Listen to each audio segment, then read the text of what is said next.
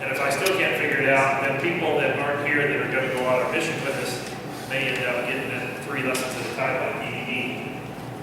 But that's my goal. Here's another piece of paper, tax purposes. Okay, who's got a book? Everybody, who doesn't have a book? Who forgot their book and left it at home? Anybody forget their book and leave it at home? Stand up and state your name, please. And oh no, that's a couple weeks from now, out of your comfort zone. Everybody else brought their book up. Oh, that's good. Where's mine?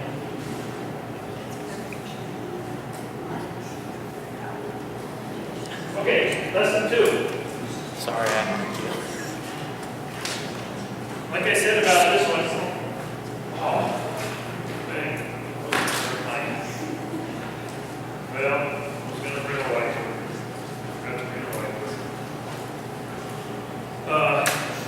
Like I said last week, this lesson is best taught by stories. So the title is What's in it for you and what's in it for them. Very, very important in case you have somebody come up to you like they have me.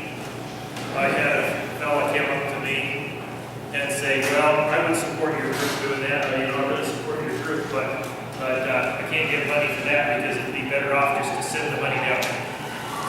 Well, it's your all's job to educate those people. Would you get the floor, please? Oh, thanks, sir. You got to educate those folks because that would be saying that there's nothing in this for you. And I've got more things in here in it for you than in it for them. So that's what we're working on. So I wanted to brainstorm some benefits, and we can find a piece of paper here. Somebody that can write me.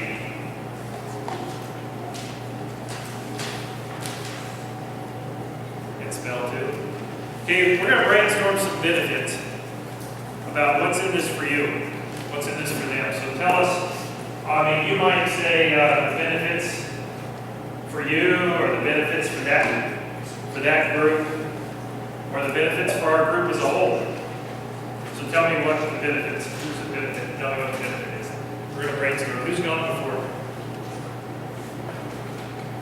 What's in it for them or for us? Name a benefit. One of the benefits for them is it covers for us and them, but for them, it shows them that teenagers are willing to work and they're sometimes work harder than people there. Part of it for us, which is what I was saying, is that we see other people and how they do things. Just nice. What do you mean sometimes the teenagers work harder than them? Any examples?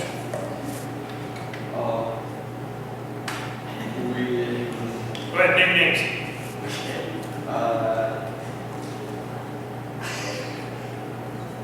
Well, when we were in Kenya, I say this for more observation, but for those of you who don't know, we ended up doing an cement floor, and we mixed the cement, the rocks, and sand, water, and all that in the floor. And we did that, and we got the floor done less than 4 days. Exactly how long it took. But when you were driving around and seeing people working on roads and stuff, most of the time it was like one guy working and just standing there watching. So, I don't know, that's just what I Were you referring to people working on roads in Kenya or here?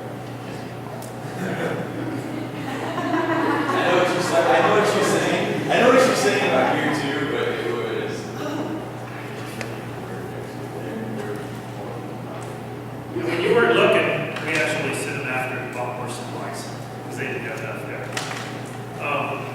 But that touched and impressed the folks that we were there to work with, that we did so much. I got a feeling it's because they never did that much work without dancing. If they would just pull off the dance a little bit in between, then they'd be out. dance at the same time. Give me another example.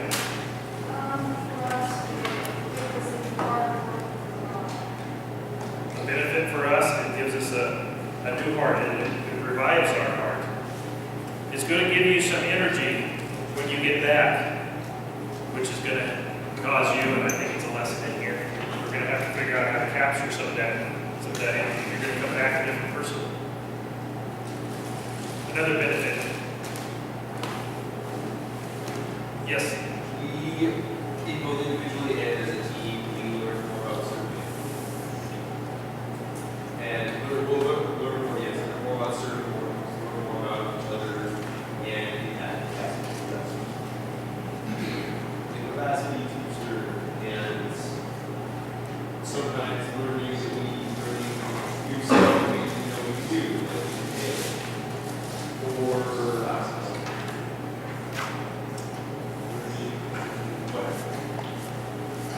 Good, you're going to learn how to serve, and you're going to learn how to serve together, too. It's not going to do any good if you're out there, if you're out working alone. You're going to go into this together and finish together.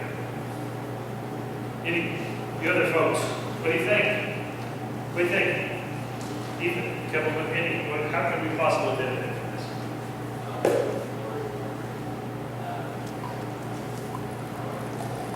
Learn a different view on life. We're going to be with some different people. We're going to be with some folks that maybe live differently than we do. But if it's so far the other folks we've met, if they're anything like that, down in Mexico we visited some Indians, and they ran around and were just as happy as any kid in Pine Creek running around barefoot playing in the rocks. And we look at that and we say, our first impression might be, how can they be happy? They have nothing. They even like the popsicles that we gave them. Terrible popsicles. And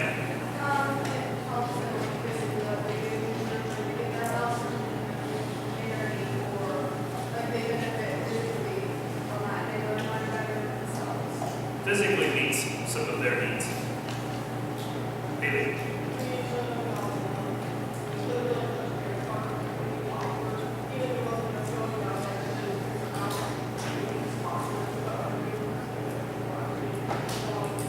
And sending money down for a contractor would never cut it.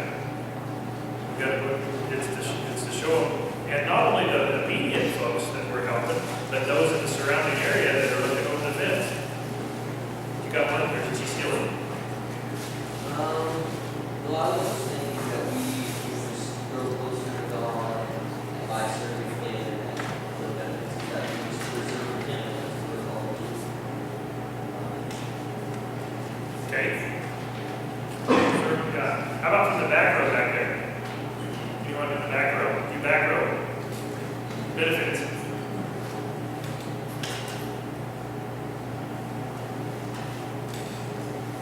Any benefits that you see that we might get, our group might get, they might get? Anything. Amongst all of you in the back row, who's going to be the saving one? No, there's going to be one person in the back row that's going to save the whole lot and come up with one. And Sue, you're not counting. Not counting Sue. Anyone? Anyone? Okay, I'm going to count Sue. Save them. The benefit is that you get out of your comfort zone, which we're going to talk about in some classes, like going down there and seeing a different culture and seeing that our culture isn't the only culture, our culture isn't the only right culture, that things are, because they do things differently or whatever, doesn't make it right or wrong, it makes it different. Somebody that teaches lesson 5. Are we an American first or a Christian first? I'll get into some of that. Hannah? I think we learn how to relate ourselves outside of the lives. Like, if people do have needs, I need, hang on a second, Hannah. I need you to separate. Now, this is important stuff. I need you to separate.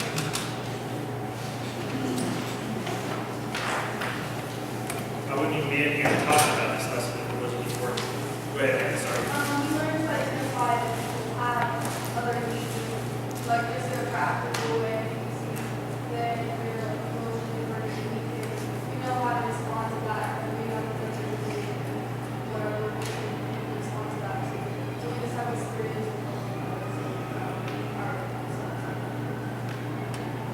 Yep, and when we went to California, it opened the eyes of a few and me that we have, there's folks in California that you would think that we're in another third world country living down there. And well, we almost found that the same circumstance in the Tri-Cities. So we really got to learn how to love them and it'll open up our eyes. And it sure makes you look at your possessions a little bit differently. Everything you have, you only have, it's God's. He's trusted you with it to use it for Him. So if you've got a bunch of junk you're not using for Him, then I don't take it to the yard sale. How about this row? How about the front row? Anyone in the front row? Benefit. You. Okay, my turn. Benefit for us is we get to experience new cultures. I don't know if everybody's had that.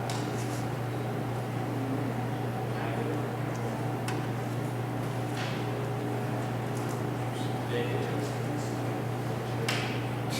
And they get to experience new energy, Elements.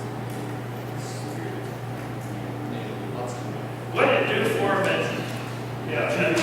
that's good. The new energy. What did it do for him in Canada? How long they been working on that lodge? 10 years.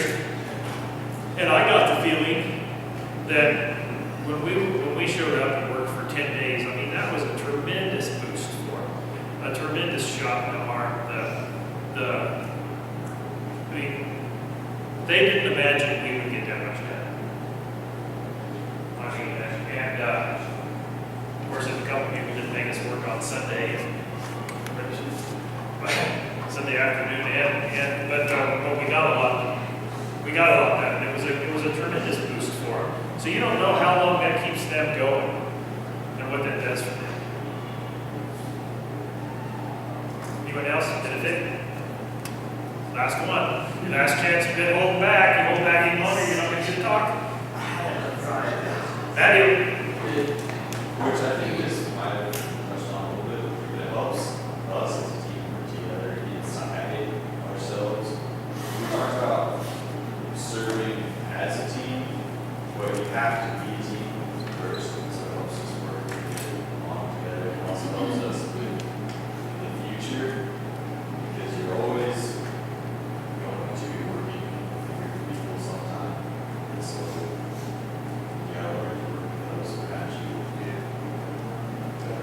The benefit of how to do this, see, most high schoolers, if you go on a mission, you send off a bunch of money and you go with some outfit, and you think a professional has to do this, but really, when we get done, you guys are going to know how to do this. You're going to know how to, if somebody needs help on a mission field, how to set it up, plan for it, get everything done, and go there. Go safely and go together. So that's going to be it. That's a huge benefit. That's why we do it the way we do it. Gary, Yes. another benefit is that it stretches your faith. Just before you even get there, it stretches your faith in that you have to trust that God's going to bring the money in however He's going to do it, whether through auction or through people donating, through you working. You know, you look at the bottom line of how much it's going to cost, and you think, I'll never get that money before June. And it's just, it encourages you so much to see how God provides that money so that you can go. And it encourages the people that actually give the money to you to see that you want to go. So it's, more than one benefit of that. Yep. So you're likely to experience dependence on Him in a whole new way. And there's a reason why we don't go to Mexico every year or Canada every year or California. We're going to go into a foreign country and getting on an airplane is going to stretch some of you, in a new way. You're going to learn to depend on His power, not your own. Some of you may not have decided to serve yet.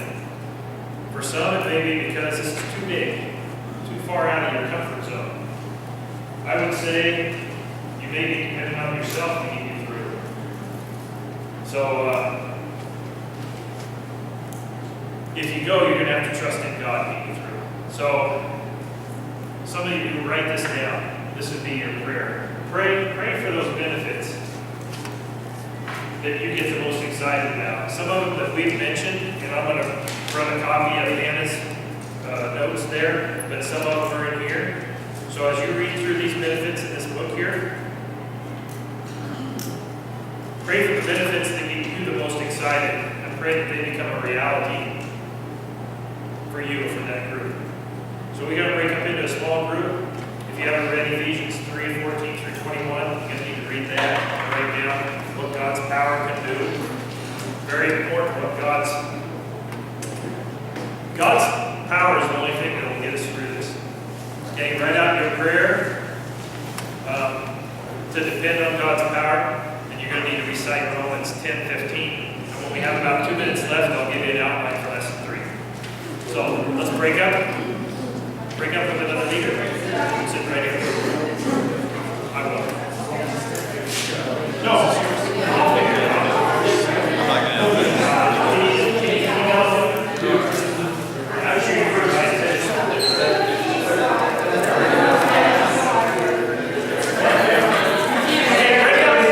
quickly, I went too long as usual. I went too long.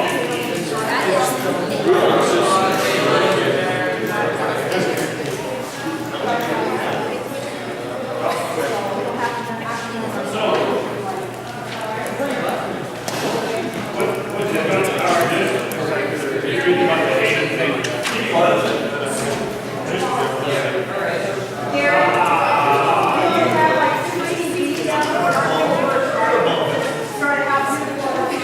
I didn't have, what's 15B, where's that? Good evening, Spencer. Realizing that's Yeah, where's 15B? yeah, that's my part. It's been almost sold.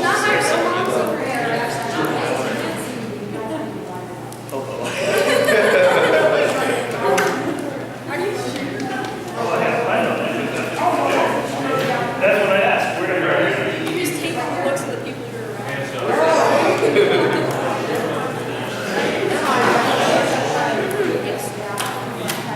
Okay, give me a, what's God's power can do? Give me 3 ways that His power is going to help you. Give me something. Keep you strong. There's one. Keep you strong. What is it? Riches or glory? What does it say right here?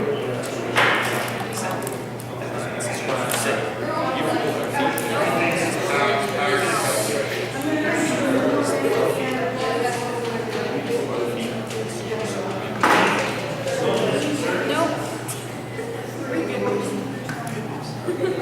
Okay.